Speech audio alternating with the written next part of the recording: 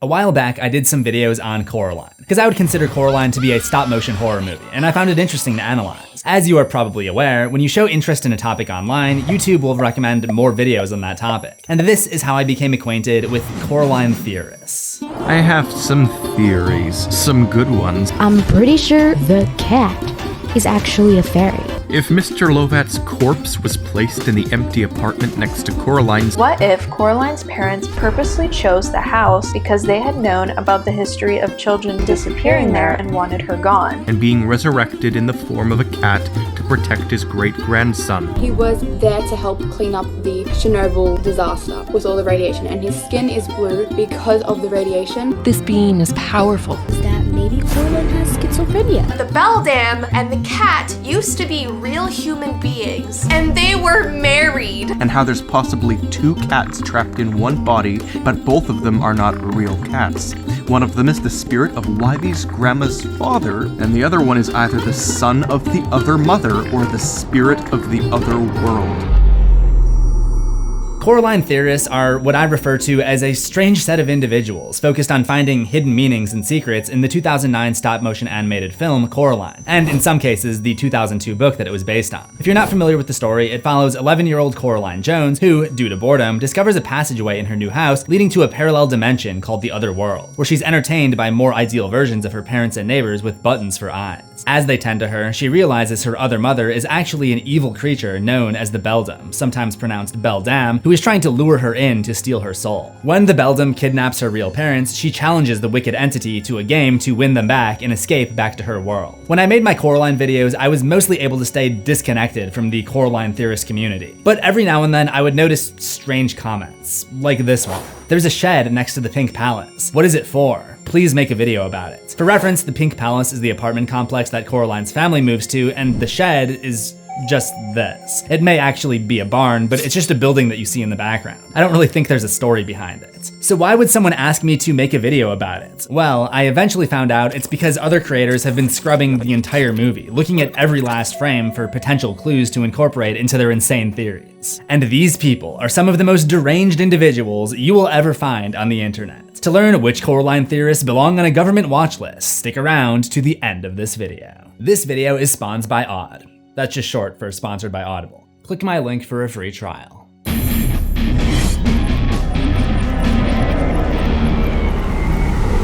The first thing you need to know about Coraline Theorists is that it's essentially an addiction and vicious cycle. Let's just say I didn't find any who stopped after just one theory. There are two reasons for this. One, it's a great movie. Every scene is important, and almost everything you see is handcrafted and put there for a reason. For example, the dining room in the Other World contains framed silhouettes, 2 girls and 1 boy. It looks wholesome enough, but on rewatch, you may come to a dark revelation, that these represent the Beldam's victims. The ghost children we meet later consist of 2 girls and 1 boy who fit these silhouettes. The movie is filled with hidden meaning, leading people to re-examine every last frame, oftentimes looking for messages that probably aren't actually there. Reason number 2 is that Coraline is proving to be timeless and popular. When a creator makes a Coraline video, it usually gets a lot of views and brings that person a lot of attention, thus incentivizing more Coraline content. And more. And more. In fact, it seems like everyone who's made one seems to have a whole collection. So I've made a few theories here and there of Coraline. And by a few, I mean a lot. Like, I've made a lot. Coraline, the animated film by the company Laika, is a movie that I've made so many videos on. You guys love Coraline videos so much that I want to give you what you want. I've even experienced this myself to some extent. I initially planned on doing 3 videos when I first decided to cover Coraline on my channel, and you're currently watching video number 8. So today I'm gonna be going over some of the most unhinged Coraline theories ever created. And I'm gonna start with the topic that first made me take notice of the so-called Coraline theory community. I know I look like a mess. I don't want to hear it from any one of you, okay? Because I went to school and I got back at like almost 1 a.m. and now I'm recording this and I'm very tired, so I don't want to hear it. Okay? Thank you. Goodbye.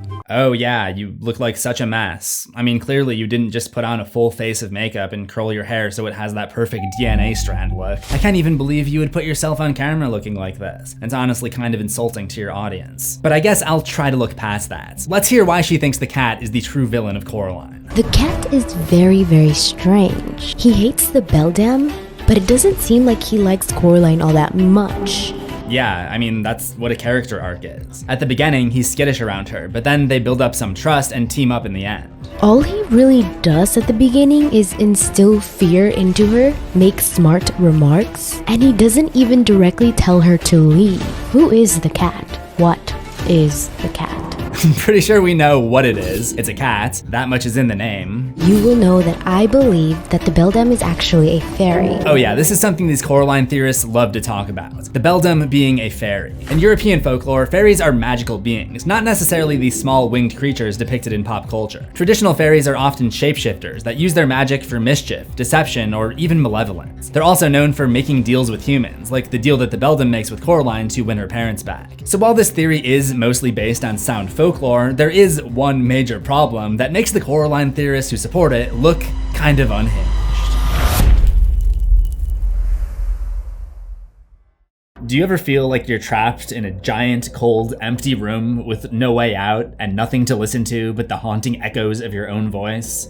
Well, today's sponsor can help you with one of those things, because this video is sponsored by Audible. The Audible app makes it easy to catch up on a huge selection of audiobooks and other audio content. Whether you're traveling, working out, walking, doing chores, or stuck in a giant, cold, empty room with no way out. I have no idea how I get myself into these things. Members also get full access to a growing selection of included audiobooks, Audible originals, and podcasts. You can download included titles all you want. But Audible didn't come here to CZsWorld to tell you about the usual stuff that they promote on other YouTube channels, because they've been upping their game lately when it comes to mystery, thriller, and horror. They've become the destination for dark genres and can offer the most visceral and gripping experiences in the world of audio entertainment with the adrenaline on-demand titles, like The Chaos Agent, End of Story, and I recommend checking out The Guest. Unfortunately, if you're in a giant, cold, empty room with no way out and no reception, it's already too late for you to get Audible. So I recommend signing up now so you're prepared if that does happen. If you use my link audible.com/CZsWorld to sign up, you're gonna be getting a free trial. That's audible.com/CZsWorld.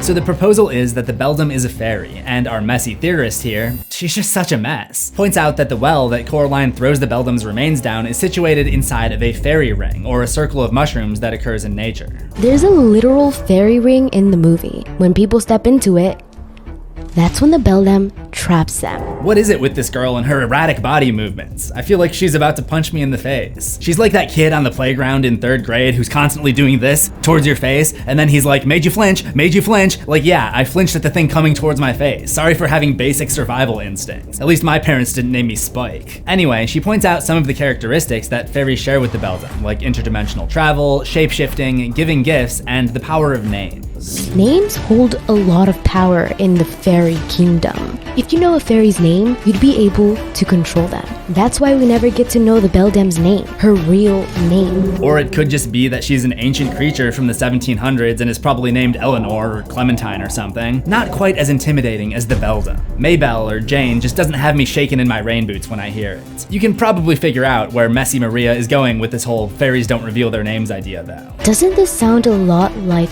one of our other characters in Coraline? The cat. Yes, the cat. I'm pretty sure the cat is actually a fairy. Okay, that's an interesting theory. When it comes to the Beldam is a fairy theory, I don't find it to be too far-fetched, but it's not correct, because the author, Neil Gaiman, did a Q&A, which is in the book, where he's asked if Coraline is a fairy tale, and specifically says, well, the only fairy in Coraline has been dead for hundreds of years, and some people read the book and never notice her at all. But again, the Beldam at least shares traits with fairies, so let's hear her out on why she thinks the cat is actually a fairy. He travels in and out of the dimension. We don't know if he's able to shapeshift, but... Wait, hold up.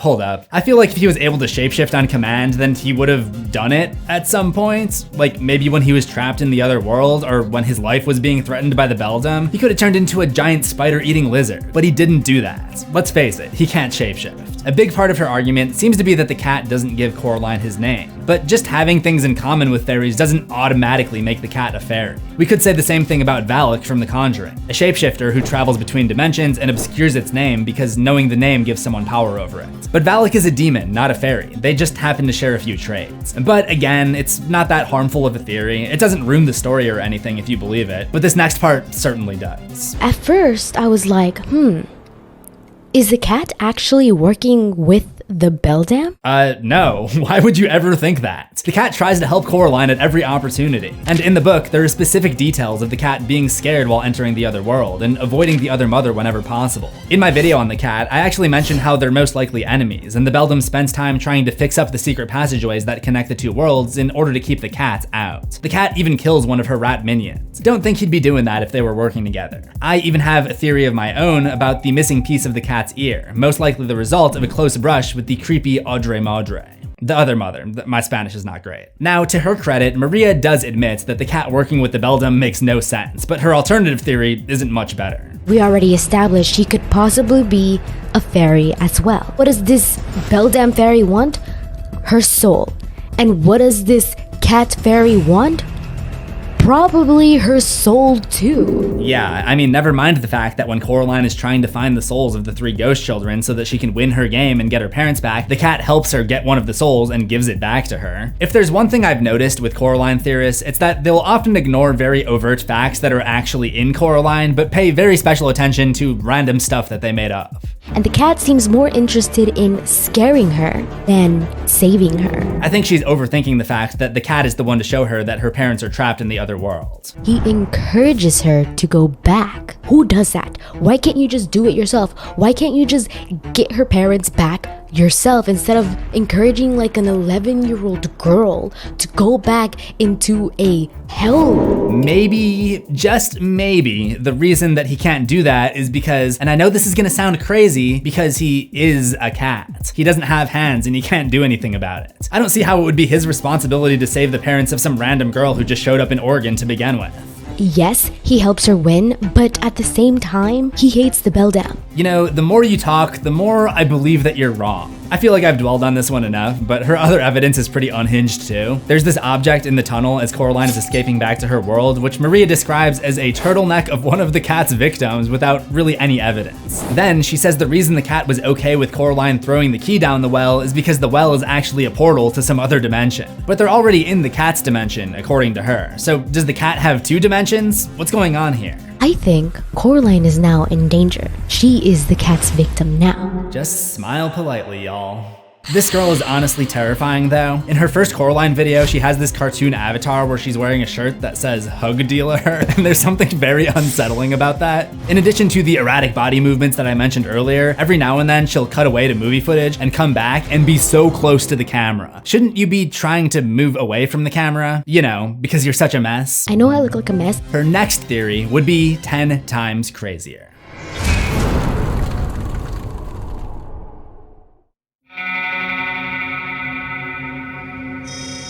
Coraline isn't real, huh? She made it all up, and none of this is real, huh? Alright, let's do this. Let's get on to the video. Okay, so let's just— Hold on, what was that spliced frame right there? I honestly can't tell if that's an editing mistake or if it's her trying to be scary by putting in a creepy image for just one frame. She's obviously trying to be spooky with her presentation style and the music, so I don't know. Anyway, onto the theory. I don't think she even moved to Oregon. I don't think this ever even happened.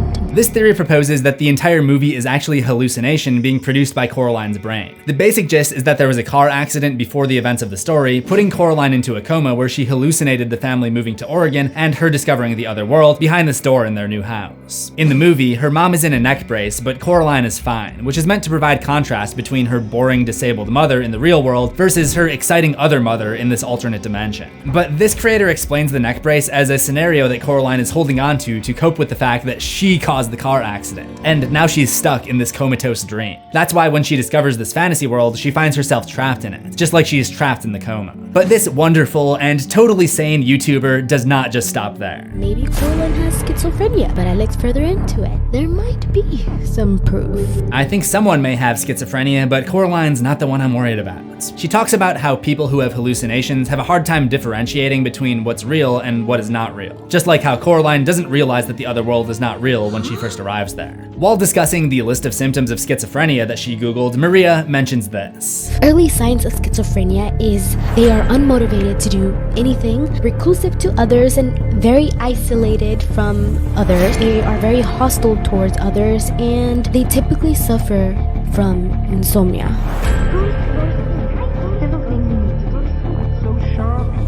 Coraline, she's very childlike. Oh my god, you're right. That's such a good point. Oh, wait, maybe that's because she's a child. When people stay awake for days on end, they may start to experience hallucinations. And in the movie, we rarely get to see Coraline really sleep. She falls asleep, but the second she closes her eyes, she goes into the other world. And in that other world, the second she closes her eyes there, she wakes up in the real world, I guess. So, really, Coraline hasn't really slept in what seems like days. If that's the case, maybe she's experiencing insomnia.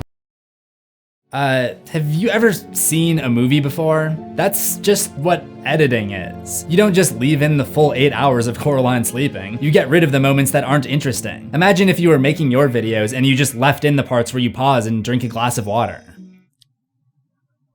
Okay, never mind, you do that. Now, to be fair, there are examples where editing is used to show that a character got very poor sleep. Like in The Babadook, for example, where they use editing to time-lapse through the night in seconds and Amelia awakes looking exhausted. But none of that happens in Coraline. There's no reason to believe that she has insomnia. I strongly dislike theories like this. Any theory where it's like, oh, it was a dream the whole time. It was a hallucination. The character was actually dead this whole time. In the community of theorizing about media, you see this over and over for every piece of media. And it's so lazy because you can literally apply it to anything and you can't really disprove it because there's no evidence for it to begin with. These theories have become cliche within the world of media theories and include everything from the Wizard of Oz being a figment of Dorothy's imagination when she hit her head, to the Toy Story theory that suggests Andy is actually a terminally ill child and his toys are all manifestations of his imagination as he copes with his illness. And don't even get me started on Matt Pat's Link is dead theory in Majora's Mask. If Link is dead as a child, how is the spirit of the hero of time like 6'3" in Twilight Princess, Matt? But it's so annoying, because in nearly every case, this type of theory takes away from the story rather than adding to it. A good story might say something about society, or challenge your perspective on something, or maybe even just be relatable. But then if you were to say that it's just a hallucination, then all of that no longer applies, because it's just like dream fodder.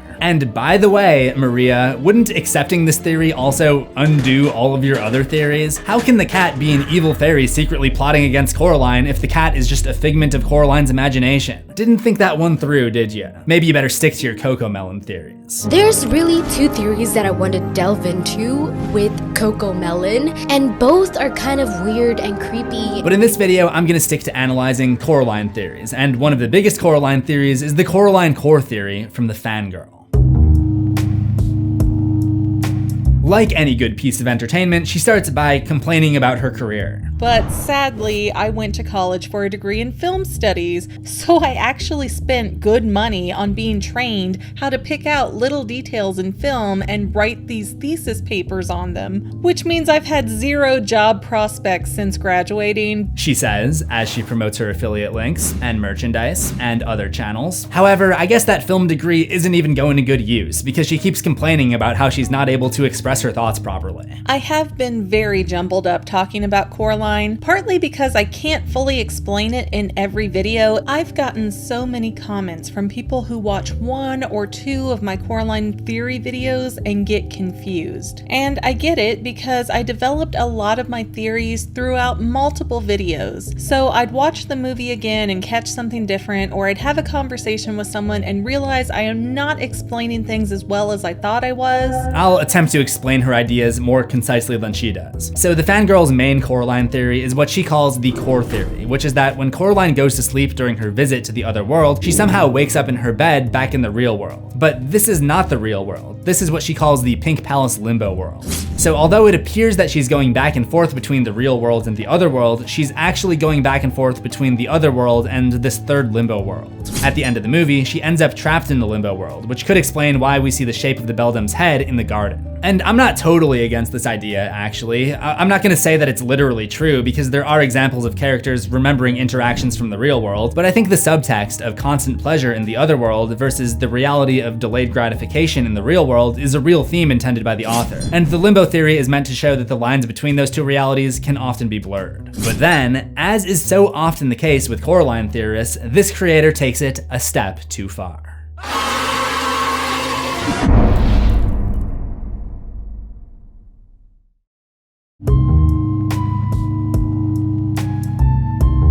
do see the residents in the beginning of the film, which is surely in the real world, but notice how not one person interacts with any of them? No one seems to notice that they're there, as if they're in a parallel universe. And come on, you think a 300-pound old man like Mr. Bobinski is doing squats on the roof and no one is noticing it? No way! Something supernatural is happening here. Yeah, I think it's more just because Coraline is a story set in a whimsical world. I don't think there needs to be a theory about some supernatural cause for the characters to be quirky. Generally, in the medium of animation, a lot of people feel the need to take advantage of the medium by doing things that you can't do in reality, which is probably the design philosophy behind Coraline. I'm not personally of the belief that animation has to do things that live action does not. For example, a show like King of the Hill is a favorite of mine, despite never doing anything outside of the scope of what you'd expect from a typical sitcom. But Coraline does like to play with the opportunities afforded to it by the medium of animation, even in the real world, and that's cool too. The Fangirl makes a big deal out of the fact that nobody interacts with the residents at Coraline's apartment complex, but that's not really true. Coraline's parents actually encourage her to go talk to the old ladies downstairs. Mr. Bobinski receives tons of outside mail, and at one point in the book, Miss Spink and Miss Forcible go out for a day to visit Spink's niece. The thing with these unhinged theorists is that most of the time, instead of just thinking about what they said for a minute and being like, oh yeah, now that I think about it, no, that doesn't make sense, they will cling to their theory, and they will do anything to defend it.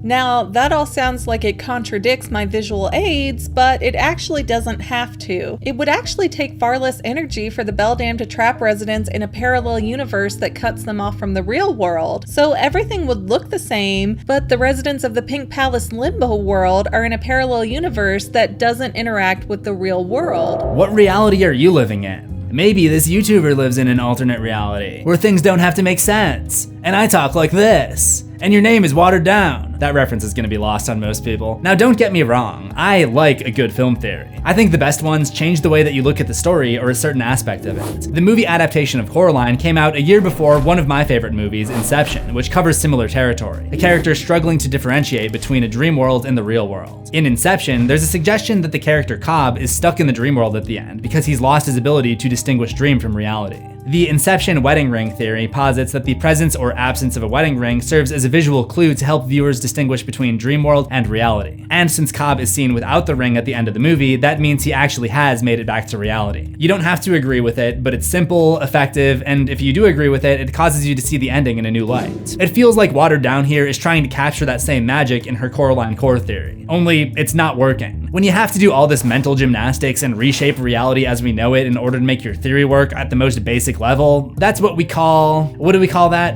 Unhinged. That's what we call it. But there are still 20 minutes left in this theory. It's filled with contradictions. All of these clues help to support the idea that Coraline never returns to the real world after going into the other world. True, Coraline and her family do go shopping in the real world, but the other father states in the book that there isn't anywhere but here. This is all she made. The house, the grounds, and the people in the house. Why does that matter? Because the other world, as small as it is, has a huge white space where the Beldam isn't creating anything. You know, that's actually a good point. A good point against you, that is. If we're going by the chronology of the movie, Coraline has already made 2 trips into the other world before being taken into town to go shopping. But of course, McGann, yes, she pronounces it like that. Hey, it's McGann. I'm McGann, and welcome back to the Fangirl. Is already bending over backwards to cover this hole in her argument. It's because the white space is there on purpose. It's a way to make Coraline believe that the Beldam's powers are very limited, and a way to make Coraline think that she knows the difference between the real world and the other world. Think about it. If you saw a place that was very off in every way, you really wouldn't notice small errors or issues in a world made to look like your home, would you? So by making the other world and the Beldam have flaws, it makes it easier to trap Coraline in the Limbo Pink Palace. Yeah, I'm sure the Beldam was doing this light Yagami level 4D chess thinking in order to try to trick an 11-year-old. It doesn't even make sense, actually. If you had the ability to create a parallel world without flaws that stretches to the size of the entire city or further, then why even bother with the fake-out world? Not to mention that as the other mother loses her soul powers, we see the other world start to deteriorate and break down back into a void. If she also created the Limbo world, then shouldn't that break down too? The more you think about it, the more this core theory completely falls apart. but she just keeps trying to defend it.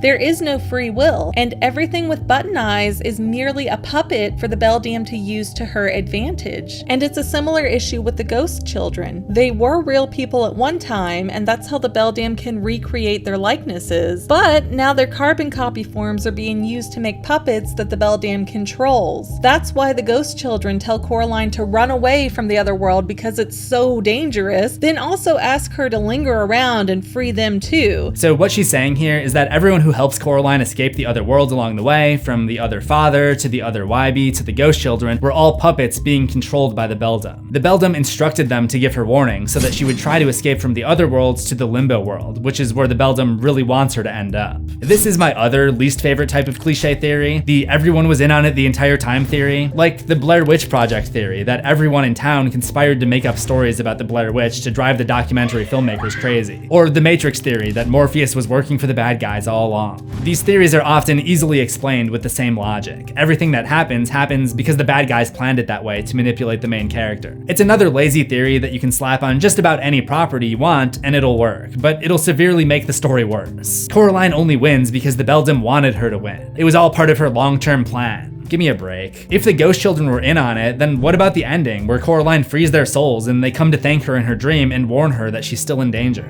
You're in terrible danger, girl. But how? I locked the door! It's the key, miss. There's only one, and the Beldam will find it. McGann tries to spin this as the ghost children trying to convince Coraline to get rid of the key so that the Beldam can get it. But that's not really what they say, as we just saw. In the book version of this scene, by the way, the key isn't even mentioned. Her next point would be one that I've seen before in other theory videos on Coraline. At first, I just thought it was a strange coincidence, but as I dug deeper, I started to uncover the truth behind the Coraline hive mind.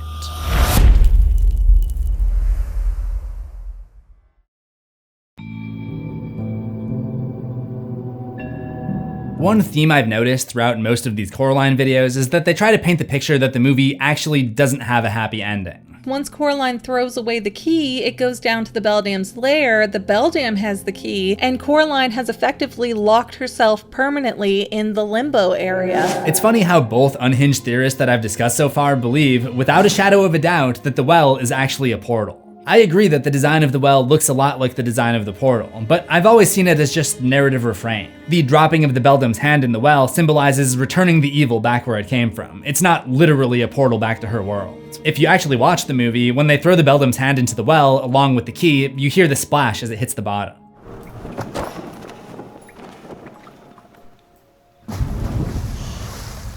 Which is a really satisfying sound effect. It's just like how the closing of the well is visually similar to the shadows that come over the moon as Coraline is nearly trapped in the other world. It's symbolic of the connection being closed. It doesn't mean that the well is a literal portal. But let's move on. I do really like that the theorizer caught the fact that both the Lovat family and the cat are African American. With the population of Ashland, Oregon being so sparse on this demographic, I really think there's potential for the cat to be related to the Lovats. What? Are you trying to say that the cat is related to the neighbor boy's family because it's a black cat? You must be more unhinged than I thought. Just to play devil's advocate here, maybe she's talking about the fact that the voice actor, Keith David, is black? I still think that's an insane conclusion though. Okay, I have to see this theorizer video. She's mentioned him a few times to this point, and it seems like he may be the ringleader of the Coraline Theorists, the mind flayer to their hive mind. And at nearly 1 million subs, he certainly seems to be the big bad in this community. He may be the most unhinged of them all.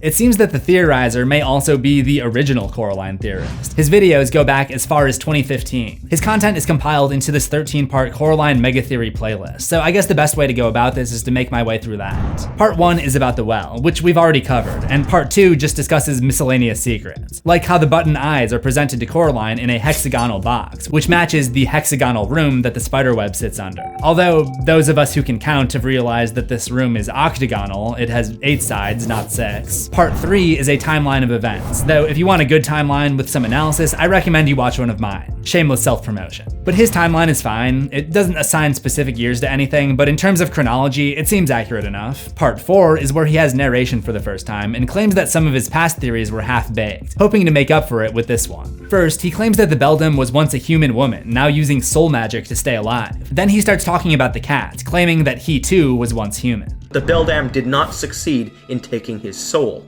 She didn't have a way of trapping him, and it resulted in him escaping. Of course, he'd then grow old, eventually dying after 1960, and he'd be reincarnated around 30 years later to protect Wybie Lovat. This is why we see him so close to Wybie all the time. He's protecting him from the Beldam. You're probably expecting me to dunk all over him at this point, but honestly, he's not too far off the mark. In fact, in my own video about the cat, I also theorized that he could have been a human who went into the other world and was turned into a cat by the Beldam's magic. At the end of this video, the theorizer tries to tack on a few extra fun facts, and I'll just play the clip. The ghosts in Coraline's dream are in a place where the backdrop is Starry Night, a painting by Van Gogh. Starry Night is believed to be a representation of isolation, and Van Gogh himself called it a starlit vault of heaven one can only call God. Now, I'm not too familiar with the Bible, but according to historical research people have done on this painting, the 11 stars represents Genesis 37:9, a verse that had to do with Joseph, and historians believe that Van Gogh identified Joseph with his art because, unlike Joseph, he was a dreamer and had just underwent years of imprisonment. Sound insanely familiar? You know, I used to be really into theories about The Shining, my favorite movie. And I remember one time I saw a new Shining theory had been uploaded to YouTube, and naturally I clicked on it. And I can't find the video anymore, but it was basically like, if you look at this jar in the background in the pantry, it says Tang. And if you convert those letters into numbers, you get 20, 1, 14, 7. But if you multiply 14 and 7 and subtract 2 from 20 and also do some other stuff, you get 4, 15, 1865. The day Abraham Lincoln was assassinated. The Shining is about the assassination of Abraham Lincoln. And that's basically what this feels like from the theorizer. I mean, it's likely that the Van Gogh painting being a reference to the biblical passage is real, but all of the other jumps he makes to make this work are so tenuous. All right, theory number 5, let's go.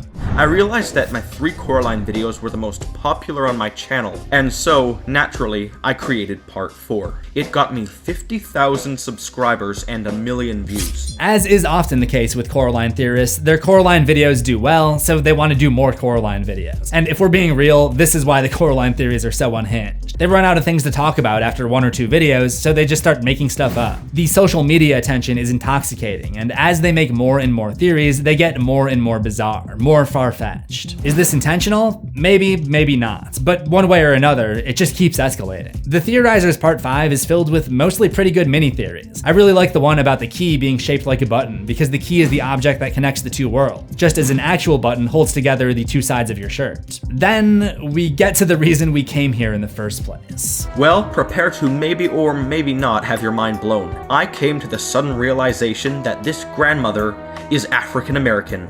Okay, so that in itself isn't mind-blowing, but what is when you realize that the cat is black and is voiced by an African American. There are only 2 characters in the film that are of this nationality. 1, that's not what nationality means. 2, having the same skin color as someone doesn't make you related, and those aren't the only characters in the film with that skin color. You don't see anyone making the claim that these guys are related to the Lovats. 3, the reason the cat is a black cat probably has to do with black cats usually being associated with witches. There are a lot of instances of Coraline being compared to a witch. She uses an adder stone, also known as a witch stone. In the book, there's a witch costume in her drawer. Her father has a song about her where he refers to her as his twitchy witchy girl. She tries using a magic dowsing rod, and Wybie even refers to her as a water witch. Great to meet a Michigan water witch. So I'm pretty sure the black cat is just playing into the trope of witches and black cats being companions. And I'm pretty sure Keith David was casted because he has a cool voice, not because they wanted someone who was black. I'll cut you some slack here, Theorizer, because when I was younger in my Shining theory days, I actually considered that the characters Danny and Jack Torrance were intentionally casted to Danny Lloyd and Jack Nicholson respectively. That's just not how casting works. I mean, I guess it's possible that Keith David was always their guy, but if you look at casting websites for voice work, they'll usually specify male or female, sometimes an age range, and that's it. If your theory is that the cat was part of the Lovat family, I would certainly hope you have other evidence than just the cat is black. For this cat dad theory, there is little evidence. Great. Yeah, that's all I needed to know. His only other evidence is that the cat is friendly with Wybie. And in the early 2000s, he is brought back to protect his grandson to make up for the lost daughter. And it seems like with that theory, the floodgates are open for more insane shit.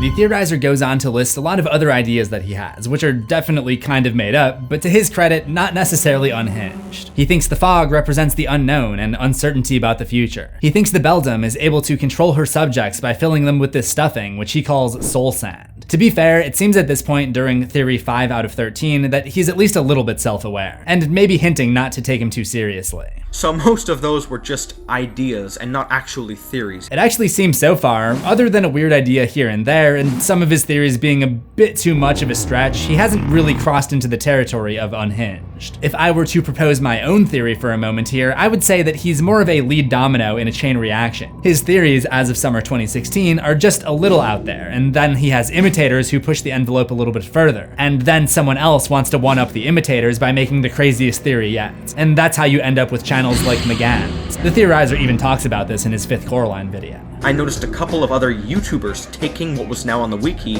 and reposting my theory with a couple of personal changes. But it wouldn't be long before he became a flanderized version of himself. For those who are not terminally online, flanderizing is when a character's most pronounced traits are oversimplified to the point where they constitute their entire personality, as seen with Ned Flanders from The Simpsons. Cohen doodly diddly, diddly doodly, doodly oodly, noodly doodly diddly doodly, shut the diddly daddler Ratner. But while we were all busy worrying about creepy clowns in 2016, the Theorizer was hard at work on another Coraline theory. In this one, he answers more questions sent in by fans, and he's mostly just grasping at straws in this episode. Where did the Beldam's eyes go if she used them to create the world?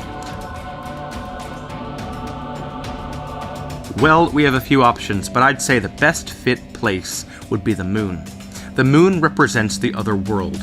It may be a big button, but it's what controls the void. It's what holds the magic. By the way, there's something I've been wanting to get off my chest for a while, but the opportunity has not presented itself. I can't stand when creators make mistakes in their narration and just put a little text blurb to correct it instead of re-recording the line. I get it. It sucks to stop everything you're doing while you're editing to fix a line. You probably have to get up, set up your audio equipment, turn off the air conditioning, go into the room where you recorded it, and maybe even transfer and back up your new audio files. If you have to do that several times per video, it can take up a lot of time and be really annoying. But you know what? Don't be lazy. A lot of people are just listening or half watching while they work on something else. They may not see your correction. I obviously take content creation very seriously, and the creators that I respect the most are the ones who also take it seriously. But anyway, soapbox moment aside, theory number 6 was mostly not very interesting, so our boy decided to go mask off for number 7. This one's called "The Cat is the Beldam's Son?" The same cat that you said is African American? The cat that you said is Wybie's grandfather is also the Beldam's son. Well, congratulations, Mr. Theorizer, you've made it onto the list. You've actually surpassed everyone else. You are the most unhinged Coraline YouTuber. I do believe he may possibly be the boy in the picture, the blue boy who the Beldam lost long ago, who she built an empire for her dead child, where all of his dreams could come true, where he never lost his ice cream. I think maybe someone needs to build an empire for you, one where you never lost your marbles, cause this is so insane. And what about the fact that he's a cat? Either it's out of reincarnation or due to something terrible that happened in the other world. Or perhaps, and this makes the most sense, her son simply died, and she spends decades attempting to compensate while simultaneously trying to keep herself alive. Actually, that doesn't make the most sense. That doesn't make any sense, because we don't have any framework for reincarnation being a thing in the Coraline universe. Also, I think it's well established at this point that the cat and the Beldam are enemies. You're just making stuff up, and then to support your theory, you're using other stuff that you made up, which is something that they all kind of do at one point or another. Imagine if I just said that this lady at the clothing store is a spy for the Beldam. Wait, actually, that's kind of good. Yo, that lady's creepy as fuck. This obviously creates a huge contradiction because he previously said that the cat was related to Wybie and his grandmother. Is it time to walk that one back and admit he was wrong? No. True Coraline theorists would rather chop off their own hands or gouge out their own eyes than admit they were wrong. He would spend almost a year coming up with a rebuttal. But I do know that they are at least 2 different characters. There are 2 cats. Coraline theory number 9, there are 2 cats. It's something you actually may suspect the first time you watch the film. After all, the massive difference is that the cat can talk in the other world, Look, I know you just created this theory because it covers up your contradiction about who the cat is actually related to, but come on, man, we literally see the cat with her in her own world, not able to talk, then they cross through the tunnel together and he starts talking in the other world. At the end, we see the cat go back into the tunnel that Coraline escapes through, and when they reconnect in the real world, he looks angry with her and Coraline apologizes for throwing him at the other mother. It was all I could think of. And to tie it all together, there's this detail in the book where the cat blinks to say yes because he can't talk. Do you know where Mummy and Daddy are? The cat blinked at her slowly. Is that a yes? The cat blinked again. Coraline decided that it was indeed a yes. This happens multiple times throughout the book, and it happens in the movie too. At the very beginning, in the real world, I'm just looking for an old well. Know it? and at the end, after Coraline has recovered the stolen souls. I think it's time, don't you? To set them free? That's why the address of the uniform shop is 182. Blink 182. Coraline is looking for her parents. She can't find them. She might be inclined to say, "Where are you?" See, I'm joking, but that is seriously not different from how some of these Coraline theorists think. And the theorizer himself would put that on display almost immediately.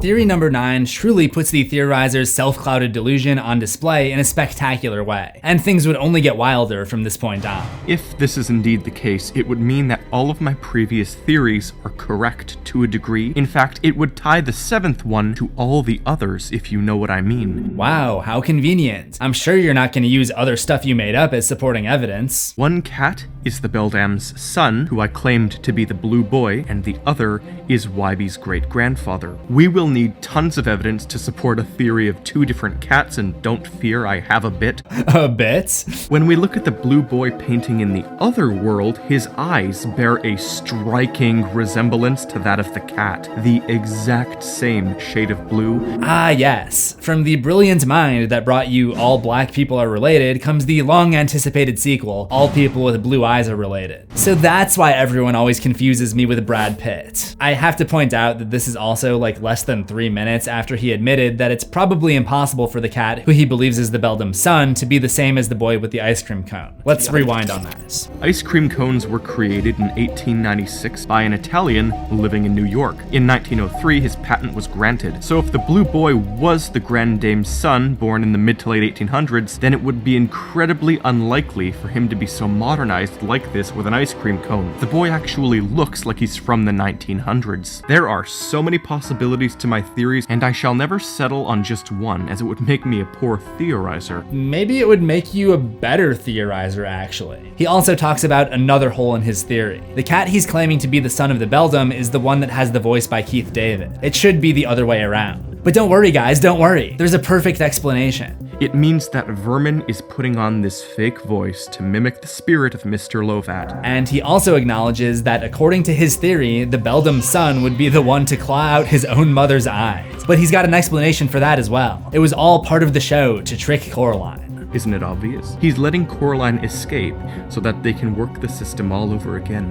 The Beldam can just sew her eyes back on. Isn't that obvious? That should have been obvious. I actually love how these Coraline theorists all use the same type of language. Well, isn't it obvious? And obviously, of course. Obviously, it was because they didn't need to capture her. There's the obvious big one. Well, obviously it was Vermin. Obviously. If you didn't realize this convoluted theory, you're actually some kind of smooth brain moron. What does that even mean, work the system all over again? They already had Coraline trapped. What good does it do to let her escape and work the system all over again? Nearly everything that happens in the movie contradicts his theory, and the video is just him making up excuses to nullify all of the counterpoints. Why did Vermin give Coraline the final soul? Why would he need to further convince her at this point? They practically had Coraline in their grasp. They didn't need to trap her, they needed to break her spirit.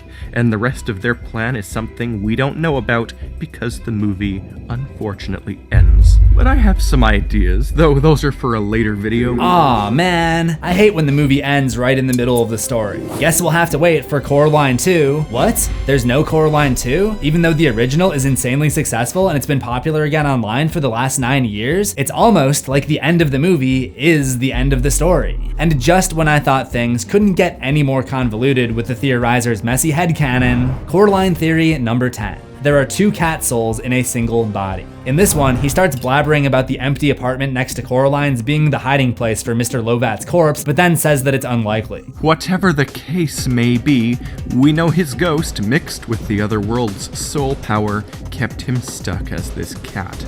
We know this is very likely to be the case. This is very likely to be the case. All right, I'm done.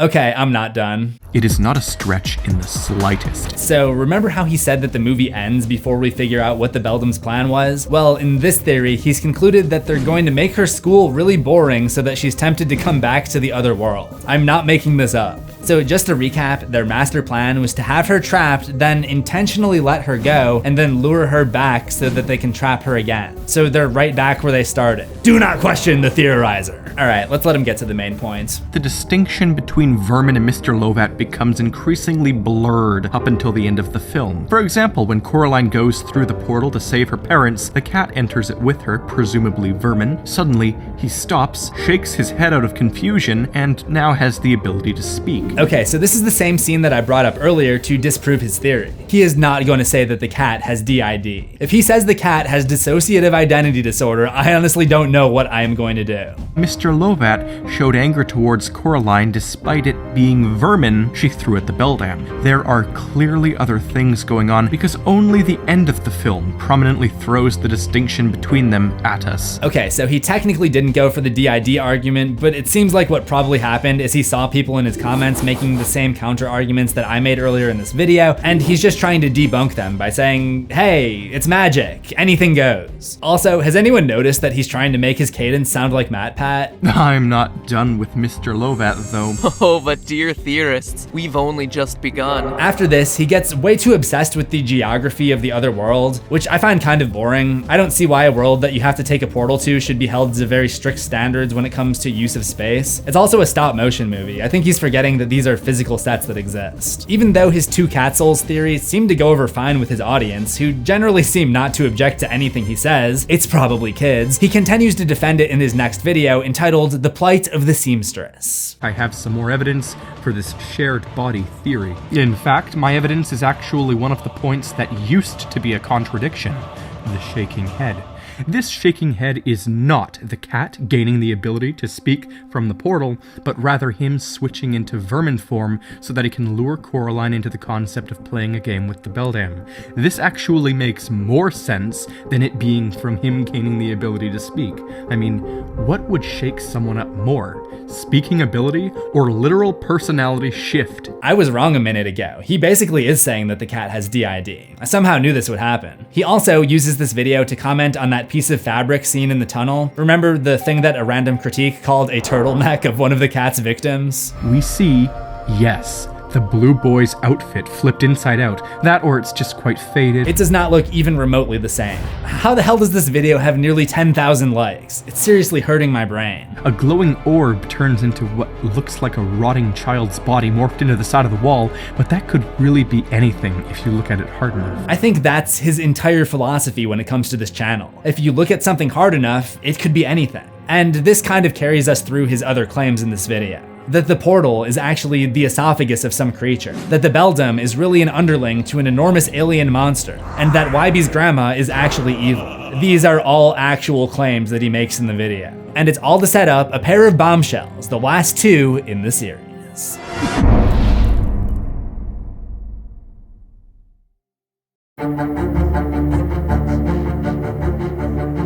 I'm pretty sure the theorizer is covered in splinters at this point, judging from the amount of times he's scraped the bottom of the barrel. But that doesn't hinder him from saying some of the dumbest shit I've ever heard in theory number 12. When you screenshot the film the second before Coraline kicks the Beldam in the face, you get a brilliant close-up of the Beldam. And when I brightened it up very specifically, I saw a small circular dot in the corner of the Beldam's hair. It could be part of her spine, so I brightened some more and got this. Well, Don't you see it? Don't you see it? Isn't it obvious? What kind of idiot would not recognize that? There was a point earlier on where I believe that the Theorizer was kind of in on the joke, that this had turned into some kind of post-ironic humor, and the further we get into this 13-part series, the less and less I believe that he's self-aware. Some of the comments seem to be making light of all this, while others, which I imagine are kids, seem genuinely terrified of his quote-unquote discoveries. And to answer the question, apparently this spot is supposed to be the eye of the cat, because everything goes back to the cat. You can't just let go of that one. But who is the cat, really? Who is Vermin? Well, quite simply, he is the other world itself.